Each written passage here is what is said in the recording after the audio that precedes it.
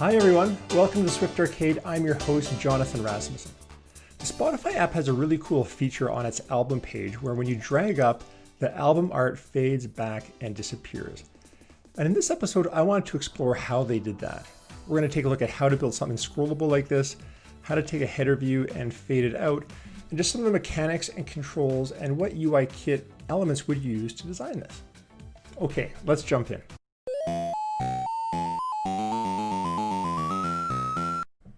All right, so when we take a look at the design of what we're going to have to do here, let's see what this thing can do. First of all, it's going to have to be scrollable. So this is an album. These are all the tracks. So whatever we design has to be scrollable. Secondly, take a look at this header. We're going to need some way of having some kind of image view up here so that as we scroll up, the scroll is tied to the growing and the shrinking of that header view at the top. Also note how it fades out. Initially here, this view has a very bright, fully exposed alpha, but as we drag up, it also fades before it shrinks, and eventually at some threshold disappears. Now there's lots of ways we could go about doing this. We could start with a bare scrollable view. You could use a table view. I tried doing this with a table view header view, a section header view also. There's two types of header views in UI table views, so note that. But really the one I settled on was a collection view, and the architecture looks like this. We're going to create a collection view, a composable collection view. It's going to have two cells in it. One is something called a list cell, which represents a single row over here. And two, we're going to create a custom supplementary cell called a header view. And this is going to sit as an element at the top. And this is what we're going to shrink and grow as we drag this thing up and down. So it's going to be UI collection view with two cell types. That's what we're going to go ahead and try to build. Okay, so let's fire up Xcode. Let's go Shift-Command-N to create a brand new project. This is going to be a single view application. So let's go ahead and select that. Let's call this Spotify album. Feel free to save it wherever you want. I'm just going to save it on the desktop. And then let's just go Command R to run the app and get our simulator up. And let's just resize some things. So we're set up and good to go here. And voila, there we've got our simulator up and running. We're good to go. Now, if we look at the Spotify app, we'll notice it's very dark. To help simplify the design and just get me over to more of this dark look, I'm going to flip this simulator into something called dark mode. So I'm going to select the simulator, go Shift-Command-H. That's going to background my application. And now I can go to settings, and in here under developer, which will be right at the bottom of the main settings page here, if you select that, you can select this dark mode and it will transform your simulator into dark mode just like you would see on the iPhone. Shift-Command-H again, we'll minimize the settings. We can go back to our application and now we'll be in that same dark mode and we'll start our development from here. Next, just one more little housekeeping thing I like to do with new projects. I'm going to come over to the project area here. I'm going to right click and I'm going to create a new group without folder. And I'm just going to call this files, and I'm just going to put all the files in there that I don't really care about right now, which is basically all these. There actually is one file I do care about. It's this view controller. We're just going to work in here. I'm just going to drag that out, and we're just going to work in here. I'm just going to change things around. So now this is really the file we're going to work with. We're going to go ahead and keep the default storyboards. This doesn't really matter because everything is going to be launched off of this view controller, although we're not using storyboards. And at this point, we're set up and we're good to go.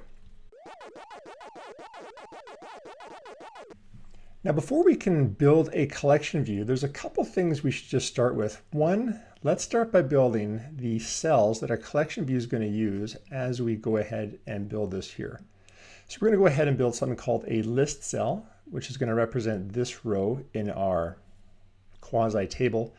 And we'll also build a header view just to hold this image up here, which is going to contain the, eventually that's going to shrink and do all that great stuff for us. But let's just create a header cell and a list cell that our collection view can use. So let's come over here. Let's go over to album. Let's go Command N and let's type, we're going to create a new file here called ListCell. And I'm just going to copy in some code here just to set this up and show us what we're going to create. This list cell is going to be a UICollectionView cell because this is ultimately going to live in a collection view. It's going to have a reuse identifier. This is something that identifies it uniquely so we can reuse it over and over again. It's very efficient in iOS to use these. And then we're basically going to build it so it looks like it has a label, which is going to be this little text here to contain the track name. We're then going to have something called an accessory image view, which is going to be this little caret over here, and then a separator view, which is going to be this little gray line down here.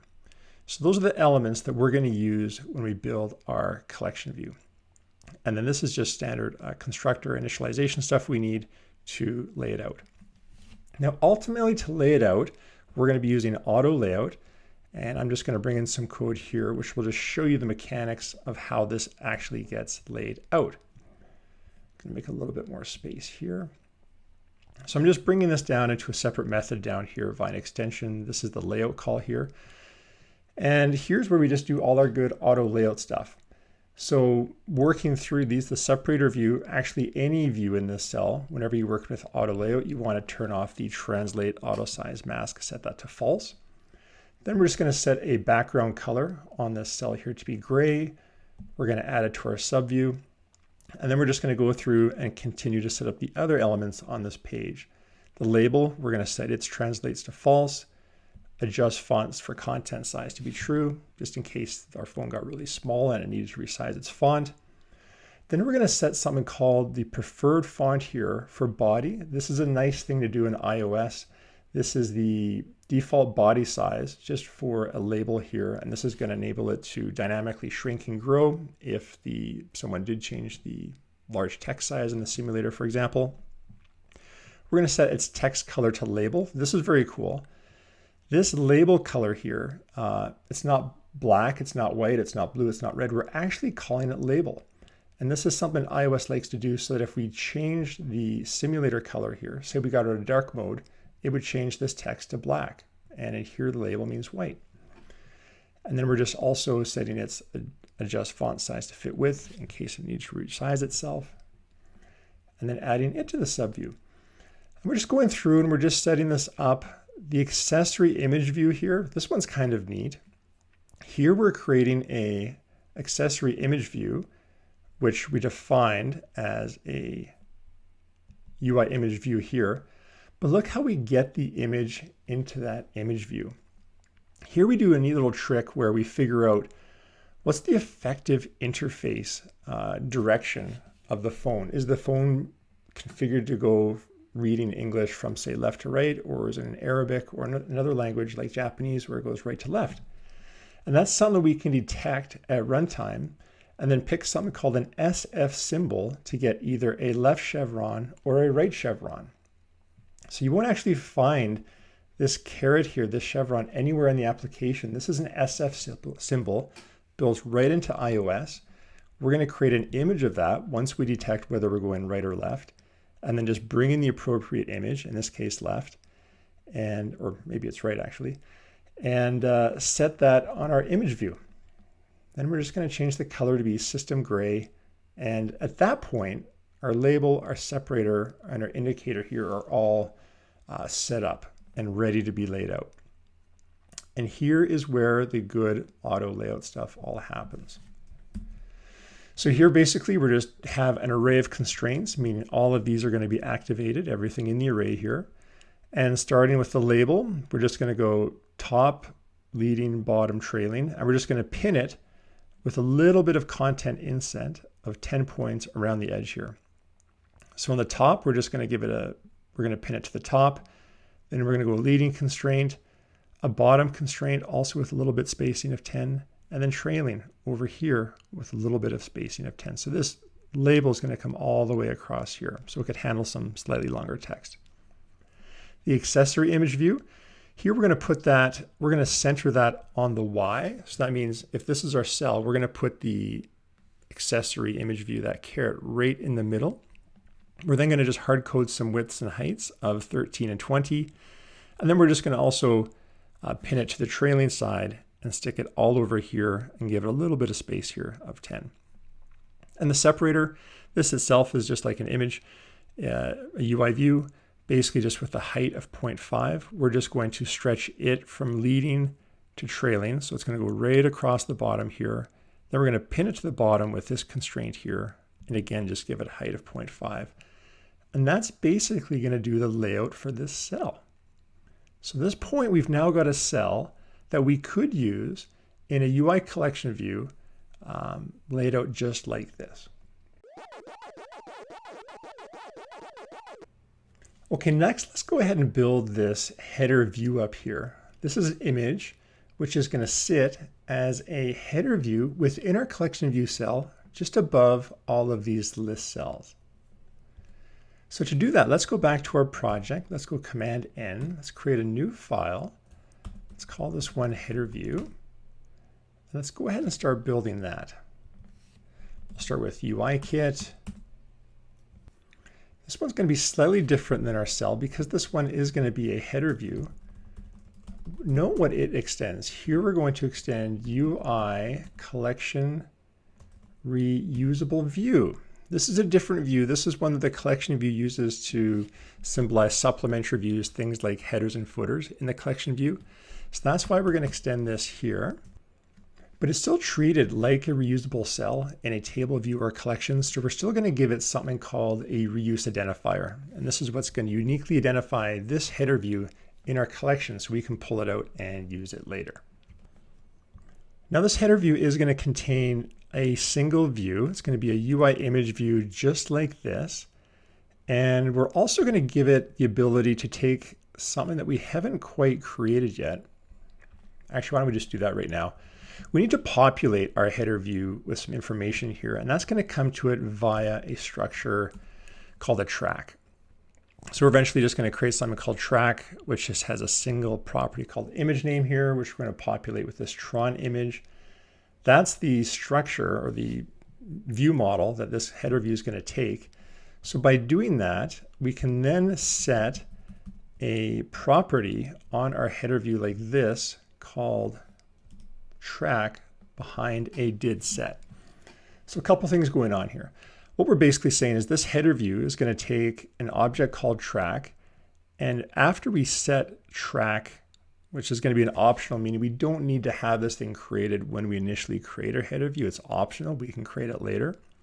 But when we do, and once we have set it, we are going to, first of all, unwrap the track that we just passed in with this guard clause here.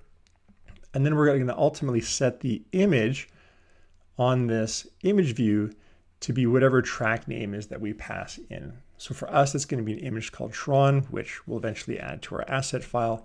But I'm just setting this up here so we can basically set the image on here and it'll be populated. With that, then we just need to go ahead and do other standard constructor stuff like bring an initializer, go ahead and implement that required initializer like this. And with that, that's starting to get our cell sort of set up. So we've got a track view coming in. We can set an image on it. Next, we need to lay it out. Let's take a look at how we can do that. Laying out the cell is going to be pretty easy. We're just going to basically add our image view to our subview like this. Of course, remember to set its translating mask to false so we could do auto layout. And then we're just going to float it in the middle here by taking our image view and doing a center X, center Y. So that's going to float it right in the middle of the cell. So we've got its position. Now we need to give it some dimensions. So we're just going to hard code some width and height here. I just know this image I'd like to be about 300 in size in terms of width and height. So it's going to build it a square image, sit right there in the middle. And note this is one other thing I'm going to give an intrinsic content size, just so later on you'll see it's nice for this image to know by itself, this header view, how big it should be. And by overriding intrinsic content size, we're basically saying this thing can size itself with some soft requirements of around 300 width and 300 height. But there we've got our header view and it's ready to go. I've got one image I'd like to use for that app, and it's just this Tron image here. I'd like to bring this into the project just so we have access it when we're running. So to do that, I'm going to go into this files directory. I'm going to find assets, which is currently blank. Go back to my Finder, and I'm just going to drag this into here. So now we've got that image. It's called Tron, and there we've got our image set up, so we can use that now in our app.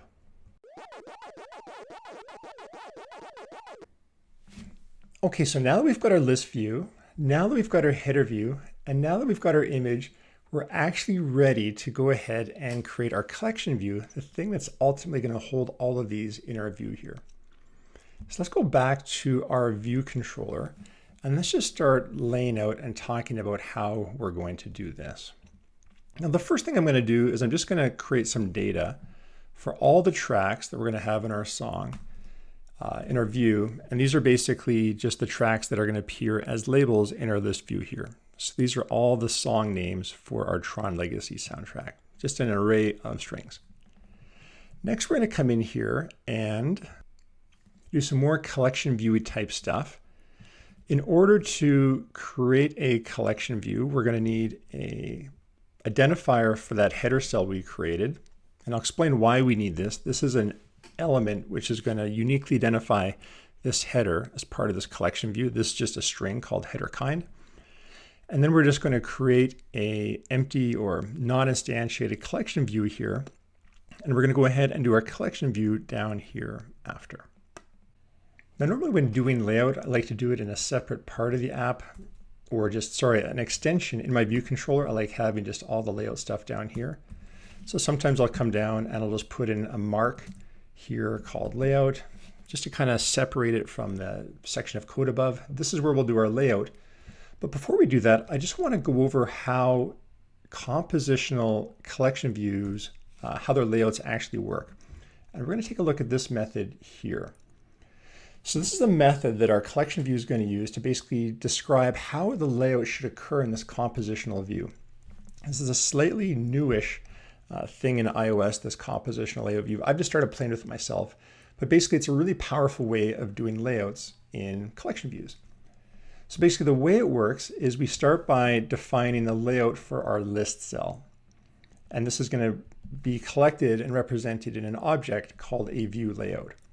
So what we do is we create and describe the item size of our list cell, and we give it a fractional height and width of 1, 1. What that means is we like our cell to go fully across the width and fully take the height of however we describe its size and its group. So we're basically saying fractional width 1 in both directions, just fill out the space given to you. That's this abstraction called item. Then in group size, we actually define the layout of this group a little bit more precisely. Here we're saying I like the width to, again, be full, but I'd like you to have an absolute height of 44. So we're defining the item that sits inside this group to be 44 high. Then we're saying what direction this should go. We're saying the layout should be horizontal. And then the item and the group sit in this thing called the section, which basically is just another layout where we can give a little bit of padding and spacing. Here we're giving a spacing of 5, a little bit of spacing on the top and bottom of 10. And that's going to lay out this cell here. Then we do the same thing for our header in its layout here. So this is something called a boundary supplementary item. This is what our header is going to represent. And we define its size. We define it as something called the section header in this collection view. We pass in the size. We then specify the element of kind. Here's that string we defined up there, a header kind. This uniquely identifies it as a header, and we align it along the top. And then finally, we add that header to our section. That all goes into this UICollectionViewCompositionalLayout, and that's how we're doing the compositional layout for all the elements in here.